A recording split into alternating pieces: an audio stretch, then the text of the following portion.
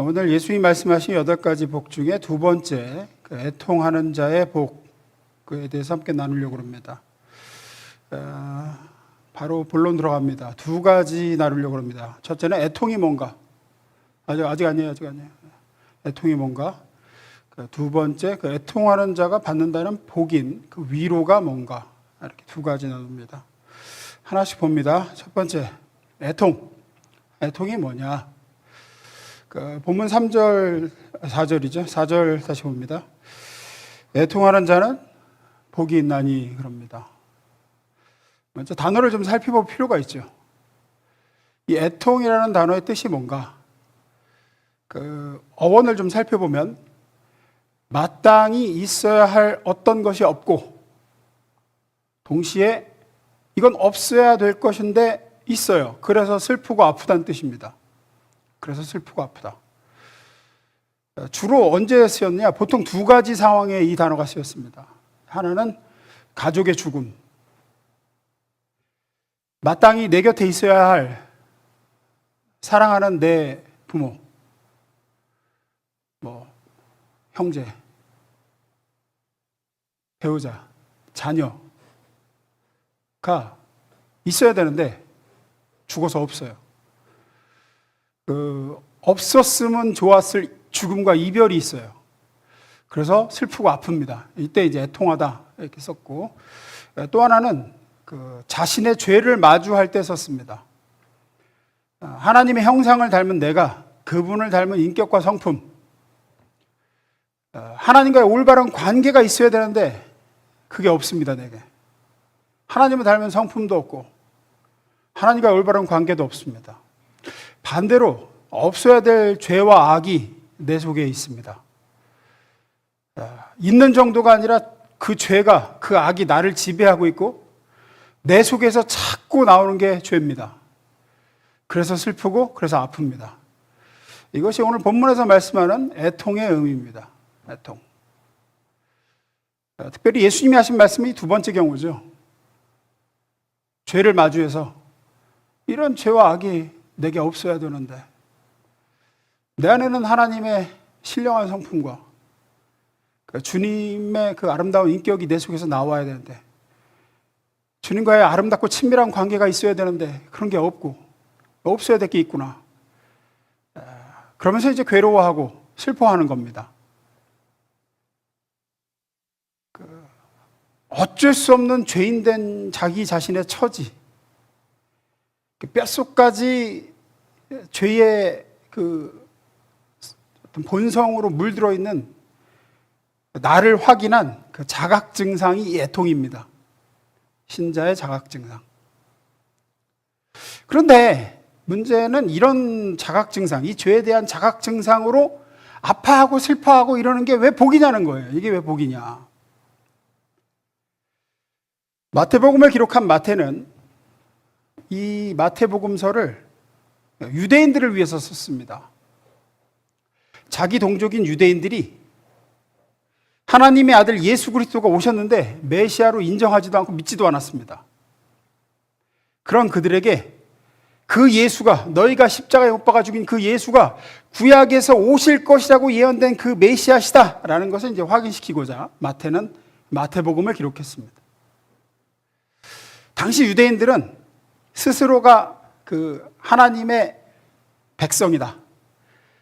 우리가 다른 민족들보다 우월해서 하나님의 선택을 받은 흠잡을 데 없는 사람들이요. 우리는 이미 구원받을 조건과 자격이 충분한 택한 백성이다. 이렇게 스스로를 생각했습니다. 그래서 저렇게 이 민족들이 우리를 괴롭히는 거다. 자기들의 죄로 인해서 자기들이 그런 신세가 됐다고 생각하지 않았습니다. 우리가 택한 민족이라 우리는 이렇게 고난을 받는다. 지금도 이스라엘은 그렇게 믿습니다. 지금도. 우리는 구원받을 조건과 자격이 이미 충분하고 우리 안에 하나님이 택하실 만한 뭐가 있기 때문에 우리를 택하셨다라는 자만심, 이런 것들이 가득 차 있었어요. 그런 자기 동족에게 마태는 애통하는 자가 자만심이 아니라 애통하는 자가 복이 있다는 예수님의 가르침을 통해서 진정한 택함받은 백성, 진정한 구원받은 하나님의 자녀들은 절대 너희 같은 식의 자만과 자랑으로 반응하지 않는다. 오히려 반대다. 하나님의 백성은 하나님 앞에 애통하게 된다. 그들이 영적으로 성장하면 할수록 그들은 자기 죄에 대해서 아파하고 슬퍼한다. 그게 진정한 택함 받은 백성의 모습이다. 이 얘기를 하는 거죠. 진정으로 하나님의 택함과 부르심을 받은 백성들은 하나님을 가까이 하면 할수록 하나님을 깊이 알아가게 되고 영적으로 신앙적으로 성장하고 성숙하면 성숙할수록 자기 자신이 얼마나 죄된 존재인지를 더 잘 알게 됩니다. 이 정도일 줄은 몰랐다 내가. 근데 갈수록 내가 진짜 심각한 죄인이구나. 이렇게 알아가기, 그게 정상이에요. 갈수록 나 정도면 잘 믿는 거지. 이러면 지금 제대로 가고 있는 게 아닌 겁니다. 지금 정상적인 자각 증상이 바로 심령의 애통이에요. 신앙 성장의 정상적인 증상이. 절대 하나님 앞에서 나는 충분하다 라는 자신감으로 자만으로 나타나지를 못해요. 그럴 수가 없어요. 예수님은 오늘 그 마태복음과 병행구절 누가복음 6장에서는 이렇게 누가는 기록하고 있죠. 읽어볼까요? 시작.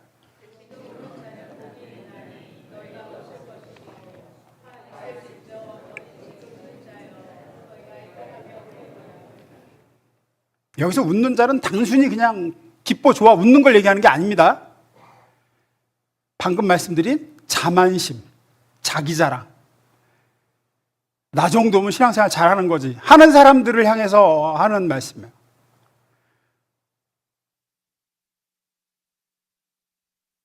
성경이 지금 지적하고자 하는 것은 진정한 신자는 하나님 앞에서 자신이 어쩔 수 없는 죄인이라는 사실에 가슴을 치는 고통과 슬픔, 이 애통함이 나오지 절대 자만과 어떤 의인이라는 자신감에서 하는 웃음으로 반응하지 않는다는 거예요. 이런 잘못된 자만심은 됐습니다. 절대로 복받은 자의 표가 아니고 하나님의 백성된 표도 아니라는 겁니다. 조금 더 깊이 이 문제를 좀 살펴보겠습니다. 시편 51편으로 가봅니다. 제가 읽겠습니다. 하나님이여 주의 인자를 따라 내게 은혜를 베푸시며 주의 많은 긍휼을 따라 내 죄악을 지워 주소서. 나의 죄악을 말갛게 씻으시며 나의 죄를 깨끗이 제하소서. 물은 나는 내 죄과를 아오니 내 죄가 항상 내 앞에 있나이다. 내가 주께만 범죄하여 주의 목전에 악을 행하였사오니 주께서 말씀하실 때 의로우시다 하시고 주께서 심판하실 때 순전하시다 하리이다. 내가 죄악 중에 출생하였으며 어머니가 죄 중에서 나를 잉태하였나이다. 이 기록을 보면 이거 다윗이 쓴 시인데 다윗이 나라는 자기 자신이라는 존재의 구성 성분이 죄다라고 고백하고 있습니다. 나를 구성하고 있는 게 죄입니다. 3절과 5절 보면 내 죄가 항상 내 앞에 있나이다 라고 얘기하고 5절에서는 죄악 중에 내가 출생하였습니다. 센스 있게 3절, 5절 하면 3절을 쫙 넘겨주셔야죠. 3절. 내 죄가 항상 내 앞에 있나이다. 또 5절에서는 내가 죄악 중에 출생하였으며 어머니가 죄 중에 나를 잉태하였나이다. 이 얘기가 그 얘기입니다. 됐습니다. 죄라는 성분으로 내가 만들어졌고 죄를 짓는 게 내 본성이라고 합니다. 그래서 하나님 앞에 이렇게 기도합니다. 10절입니다. 읽습니다. 시작.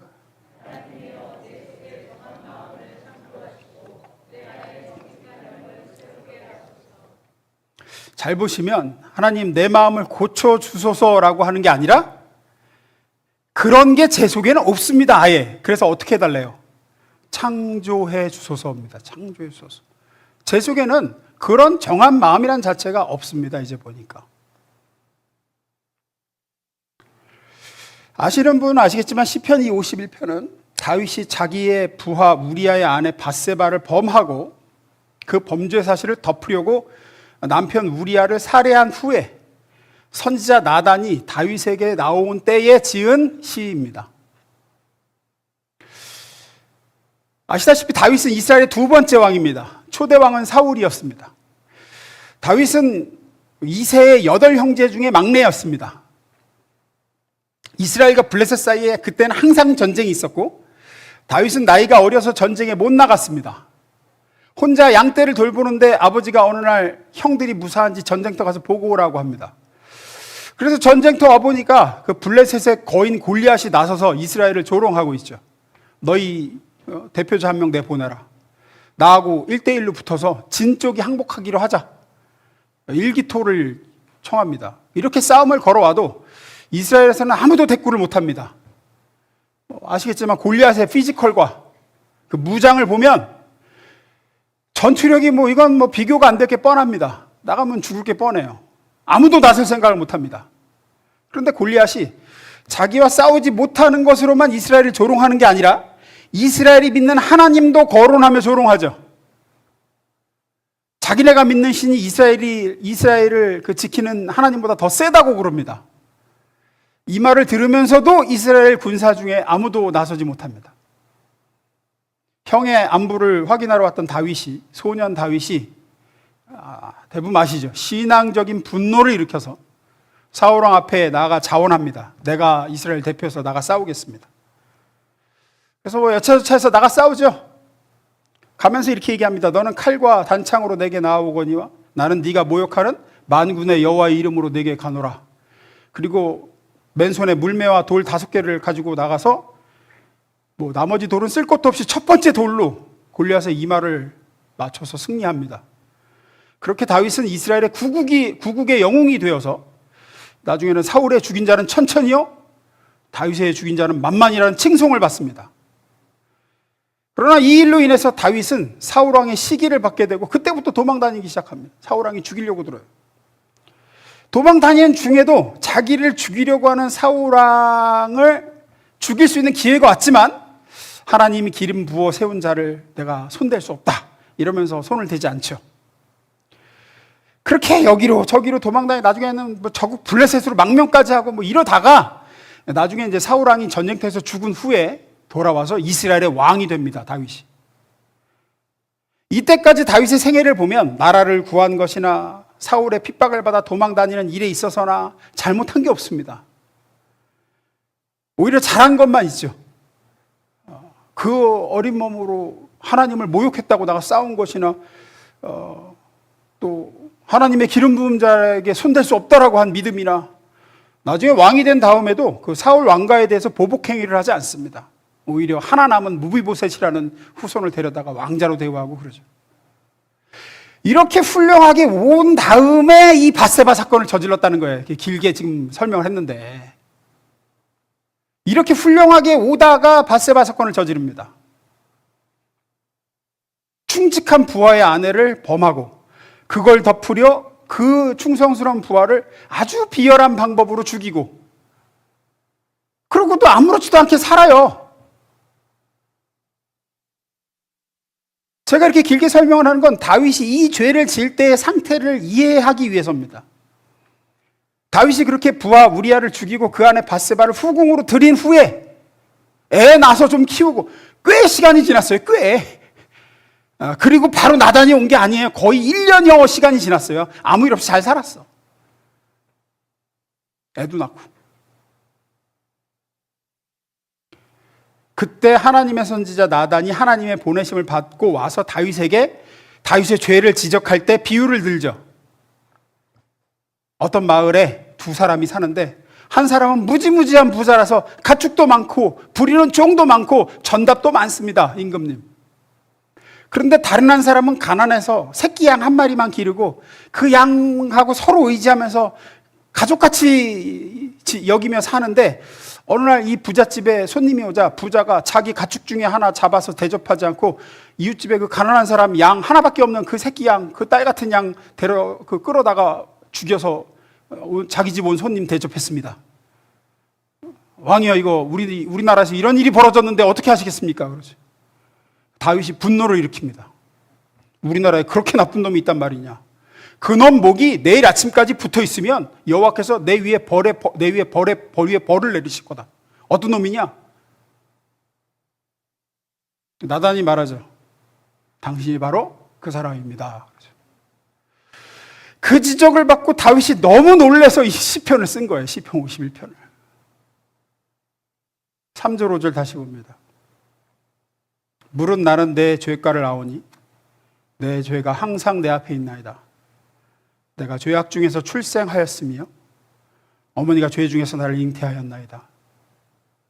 다윗이 무슨 얘기를 하냐면 나는 죄라는 성분으로 빚어져 있습니다. 이제 보니까. 제가 너무 놀래서 울고 울다 제 침대에 눈물 마를 새가 없습니다. 이런 기도를 합니다. 됐어요. 다윗이 왜 이렇게 놀라는지 아십니까? 하나님을 모욕하는 골리앗 앞에 홀몸으로 물매와 돌 5개 들고 뛰어나가던 사람이 자기를 죽이려는 사울왕 앞에 하나님이 세우신 사람을 대적할 수 없다고 하여 손대지 않았던 사람이 이런 엄청난 끔찍한 죄를 짓는 동안 자기가 죄 짓는 줄을 몰랐어요. 몰랐다는 거예요. 자기가 선한 사람이며 자기가 의인이면 죄를 행할 때 거스르는 느낌이 있었어야 됐는데 전혀 그러지 않았던 겁니다. 나름 의롭고 믿음 있으며 나 정도면 하나님 앞에 훌륭한 왕이지 라고 생각하며 살아왔었는데 지금 보니까 죄가 그에게 본성이고 자기가 원하는 일이었고 이런 무서운 죄를 짓는 동안 내내 갈등이 요만큼도 없더라는 걸 발견합니다. 선지자가 와서 얘기를 하는데도 그 얘기가 자기 얘기인 줄도 모르고 그런 놈은 죽여야지 어떤 놈이냐라고 하더라는 자기를 발견한 거예요. 이게 시편 51편의 가장 중요한 내용입니다. 나는 출생부터 죄인이었습니다. 생각하는 것도 죄를 향해 있었고 죄 짓는 것은 나한테 숨 쉬는 것이요 밥 먹는 것입니다. 그게 제 본능입니다. 저는 그냥 죄 덩어리입니다. 하나님. 나는 그냥 죄 덩어리입니다. 이걸 깨닫고 놀라며 슬퍼하는 겁니다. 이것이 애통입니다. 나한테 있어야 할 것이 없습니다. 하나님. 내가 하나님의 백성이고 하나님이 세우신 왕이면은 하나님 마음에 합한 자라고 하면은 이런 게 있어야 되는데 그런 건 없고 이런 거 도무지 저한테 있어서 안 될 건데 보니까 제가 이런 게 제 속에 있어서 충성스러운 부하를 그 부인을 빼앗고 이렇게 죽이고도 눈 하나 깜짝하지 않고 1년여 동안 잠도 잘 자고 밥도 잘 먹고 산 놈입니다. 그래서 다윗이 이런 고백을 합니다. 16절 17절입니다. 읽습니다. 시작.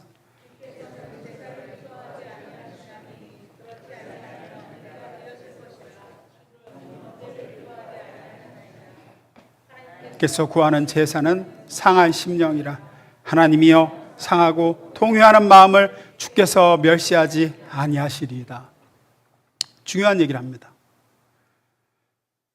이런 자기 자신을 발견하고 나서 하나님께 속죄제를 드리든지 속건제를 드리고 해야 되는데 제사를 기뻐하지 않는다 그래요. 하나님은 제사를 기뻐하지 않으십니다. 왜 제사를 기뻐하지 아니하신다고 할까요?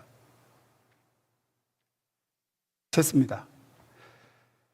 제사는 뭡니까? 이스라엘 백성에게 하나님이 허락했던 제사는 하나님을 만나러 가는데 내가 하나님을 만날 자격이 없다는 표였습니다. 거룩하신 하나님을 만나기에 우린 너무나도 부족합니다. 우리는 죄인입니다. 하나님 앞에 설 수가 없습니다. 하나님 만나려면 우리가 이 죄를 해결해야 만날 수 있습니다. 이것이 제사를 드리는 이유였다고요. 죄인인 내가 죄값으로 죽어야만 하나님을 만날 수 있다는 자기 확인이 제사였어요. 하지만 하나님이 죄인된 나를 죽이기를 원치 아니하시고 나를 만나기를 원하사 나 아닌 재물을 대신 바치게 하신 게 제사입니다. 그런데 이스라엘 백성들은 하나님을 만나고 하나님께 환영받을 만한 조건을 제시했다고 생각했어요. 제사를 드리면서. 내가 하나님 앞에 이런저런 선물을 지금 드렸다. 내가 잘 키운 토실토실한 양을 바쳤으니까. 이렇게 오해를 한 거였어요. 자기는 하나님 앞에 나갈 수도 설 수도 없는 죄인이기에 죄의 싹슨 사망이에서 죄인된 내가 죽어야 되는데 내가 죽으면 하나님을 만날 수 없으니까 하나님은 나를 만나길 원하셔서 나를 죽이시는 게 아니라 얘를 죽이심으로 나를 죽이심을 대신했다. 사실은 내가 죽어야 된다. 이게 제사였는데 이스라엘 백성은 내가 하나님께 제물을 드렸다. 하나님 앞에 종교적인 어떤 조건과 자격을 내가 갖췄다. 라고 여기며 자만하고 자신하고 제사 드렸으면 내 할 도리 다 했다 라고 생각했습니다. 그래서 다윗은 하나님은 제사를 기뻐하는 게 아닙니다 라고 얘기합니다. 그러면서 뭘 기뻐하신다 그래요? 다시 하나님이 원하시는 제사는 뭐예요? 상한 심령입니다. 상한 심령. 상한 심령. 하나님이 원하시는 제사는 상한 심령이라 하나님이요 상하고 통회하는 마음. 이게 어떤 마음이죠? 오늘 설교 신약에 따르면 애통하는 마음입니다. 하나님이 원하시는 건 그거였다는 거예요. 됐습니다. 여러분, 이 원리는 지금 신약 시대의 신자인 우리에게도 똑같이 적용됩니다. 여러분이 참된 하나님의 백성이요 구원받은 신자라면 여러분은 하나님 앞에 늘 부족함과 죄인된 자각 증상을 느껴야 정상입니다. 신앙이 성장하면 할수록 그렇습니다. 갈수록 놀라야 정상입니다. 나 이 정도로면 많이 성장한 줄 알았는데 세상에 내 안에 아직도 이게 있었구나. 영적인 시력이 약할 때는 안 보이던 죄가 이제 성장해서 시력이, 영적 시력이 좋아지면 자세히 보인다고요. 거룩하신 하나님 앞에 나가기에 나는 너무나도 죄가 많습니다. 그래서 그분을 만나려면 이 죄를 해결해야 되는데 죄의 싹은 사망뿐이에요. 내가 죽어야만 죄 문제가 해결해. 그런데 하나님은 나를 죽이기를 원치 아니하시고 나를 만나고 나를 구원하기를 원하사 자기 아들을 나 대신 죽이셨어요. 그래서 우리는 하나님 앞에 나아갈 때 십자가에 달리신 그리스도를 생각할 때마다 죄인된 나의 죽음을 볼 수 있어야 됩니다. 사실은 내가 죽었어야 된다. 그런데 그게 아니라 십자가에서 내 죄가 다 풀렸으니까 나는 죄 없다, 나는 의인이다, 나는 의롭다. 이거는 신분상으로는 맞아요. 법적 지위상 의롭게 된 건 맞아요. 하지만 이건 신분상 법적 지위상 의롭다는 거지 절대 수준상 의롭다는 게 아니거든요. 그런데 마치 수준이 의인인 양 자만하고 애통이 없습니다. 주일 예배 드리는 걸로 하나님께 뭔가 큰 거 해드린 것처럼 생각합니다. 헌금과 헌신한 거로 내가 이 정도면 하나님께 마치 구약 시대에 제사 드리면서 이 정도면 내가 하나님께 내가 할 도리 했다. 나는 떳떳하다. 나 정도면 괜찮은 신자라고 생각합니다. 어디에도 나의 죄됨과 하나님 앞에 부끄러운 자신의 삶에 대한 아픔과 슬픔이 없습니다. 참된 신자가 아니에요. 아니라고요. 참된 신자 아닙니다. 그럴 수가 없습니다. 제가 즐겨드는 예가 있죠. 예를 들어서 어떤 아들이 사고를 쳐서 사람을 다치겠어. 아버지가 날품을 팔아서 겨우 합의금 내고 아들을 구치소에서 빼내줬어. 그러면 그 아들의 마음가짐이 어떠해야 돼요? 나는 합의금 다 냈어. 나 떳떳해. 이렇게 나가야 돼요? 아니죠. 내가 사고 쳐서 우리 아버지 나이도 많고 무릎도 안 좋은데 나 때문에 날품 팔아가지고 이렇게 나가야 되죠. 나는 또 사고 쳐도 날품 팔아서 돈 내줄 아빠 있어. 괜찮아. 걱정 없어. 이런다든지 혹여 아직도 정신 못 차리고 열심히 못 사는 자기 자신의 모습을 볼 때는 아파야 되고 슬퍼야 정상이거든요. 그렇게 해서 아버지가 빼내줬으면 내가 이 은혜의 빛을 갚으려면 난 아직 멀었다. 이렇게 나가야 정상인데 나 정도면 괜찮은 아들이지. 이러고 사는 거예요. 사고 안 치는 것만으로도 고맙게 생각해야 돼. 우리 아버지는 이렇게 생각하고.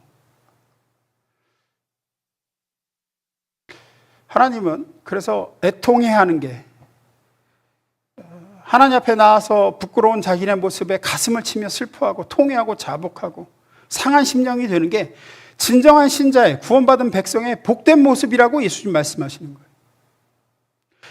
이런 복된 애통이 저와 여러분 속에 항상 있기를 주의 이름으로 축원합니다. 여러분 두 번째로 넘어갑니다. 읽습니다. 시작. 그럼 이제 애통하는 자가 받는 복을 얘기합니다. 5장 4절입니다. 제가 읽습니다. 애통하는 자는 복이 있나니. 왜 복이 있느냐? 그들이 뭐를 받아요? 위로를 받는대요. 위로를. 애통하는 자가 받는 복이 있습니다. 이렇게 하나님 앞에 가슴을 치고 나는 늘 죄인이라고 생각하고 물론 지위와 신분상에서는 의인이죠. 법정적으로는 의롭다 선언을 받았어요. 예수 그리스도의 피로. 하지만 수준은 나는 아직 멀었어. 무슨 의인이야 내가. 이렇게 가슴을 치고 아파하고 내게 마땅히 있어야 할 게 없고 없어야 할 게 있다는 것에 대해서 괴로워하고 있는 사람에게, 그렇게 하나님 앞에 나아가는 자에게 하나님은 위로를 주신다 그래요. 이 위로라는 단어는 대단히 흥미로운 단어입니다. 파라클레오라는 단어인데, 파라가 옆으로 가까이라는 뜻의 전치사고, 클레오는 부르다예요. 부르다. 이 동사가 결합되어 있어요. 위로는 뭡니까? 그래서 옆으로 이리 가까이 오라고 부르다라는 뜻이에요. 위로라는 말에 어원을 살펴보면 그래요. 이리 가까이 와. 여기 이쪽으로 내 옆에 와서 앉아. 이 뜻이 이 뜻. 그러니까 죄로 인해 애통해하고 가슴을 치고 내가 어쩔 수 없는 죄된 본성으로 괴로워하고 나는 여전히 죄 덩어리구나 하고 슬퍼하는 백성에게 하나님이 어떻게 하시느냐? 이리로 가까이 와라. 여기 앉아라. 괜찮다 하신다는 거예요.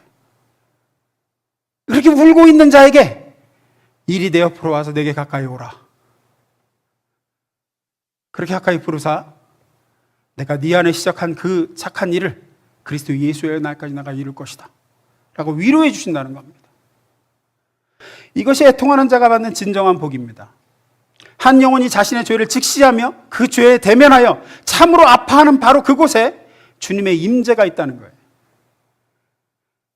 그렇게 아파하는 영혼을 찾아오시는 주님, 부르시고 곁에 두사 위로하시는 음성이 있고 끌어안으시며 하나님께서 아니다, 괜찮다, 내가 너를 내 안에 시작한 그 선한 일을 내가 완성할 거다, 울지 말아라 하신다는 거예요. 사람이 자신의 죄를 직면할 때 크게 4가지 반응으로 요약이 됩니다. 첫 번째 반응은 이거예요. 외면하고 외식하는 겁니다. 자기의 죄된 모습을 외면해버려요. 그리고 꾸며. 바리새인이 그랬죠. 자신의 죄된 본성과 약함을 외면해요. 자기의 죄가 있는데 그걸 안 보려고 그래요. 그리고 다른 사람한테는 완전하게 보이려고 애쓰고 거룩한 척 하려고 하고 자신의 죄는 부인하고 속이는 삶을 삽니다. 정직하게 직면하고 아파하길 거부하고 내 모자람과 약함을 꽁꽁 숨기고 강한 체하고 경건한 체하고 자기는 이미 그런 쯤은 다 졸업한 체하고 이렇게 계속 가면요, 나중엔 자기가 자기한테 속아요. 자기가 진짜 그 수준인 줄 알아요. 이게 외면하고 외식하는 반응입니다. 또 하나는 이런 반응입니다. 자기 노력으로 극복해보려는 거예요. 어떤 사람은 자기 자신이 죄인됨을, 죄된 본성이 있고 하나님이 요구하시는 수준에 한참 미치지 못함을 인정하기는 하는데 이 소매를 걷어붙이고 내가 더 나은 사람이 돼 보겠습니다, 이렇게 나가는 거죠. 제가 스스로 애써 보겠습니다. 윤리 도덕적으로 재무장하고 내가 내 힘으로 착하게 살아보리라.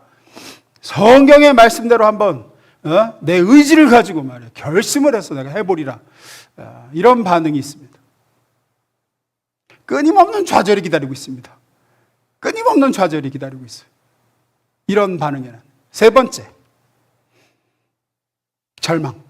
그런가 하면 어떤 사람들은 절망합니다. 자신의 죄를 인정하긴 인정해요. 자신이 죄의 덩어리라는 걸 알아요. 끊임없이 같은 죄를 반복해서 짓는 자기 자신에게 깊이 절망합니다. 그리고 누구처럼 하느냐? 가룟 유다처럼 합니다. 나 같은 거는 이제 소망이 없다. 하나님도 나한테는 내가 너 같은 애 처음 봤다, 이러실 것 같아. 답이 없다 나는. 그리고 스스로 하나님을 멀리합니다.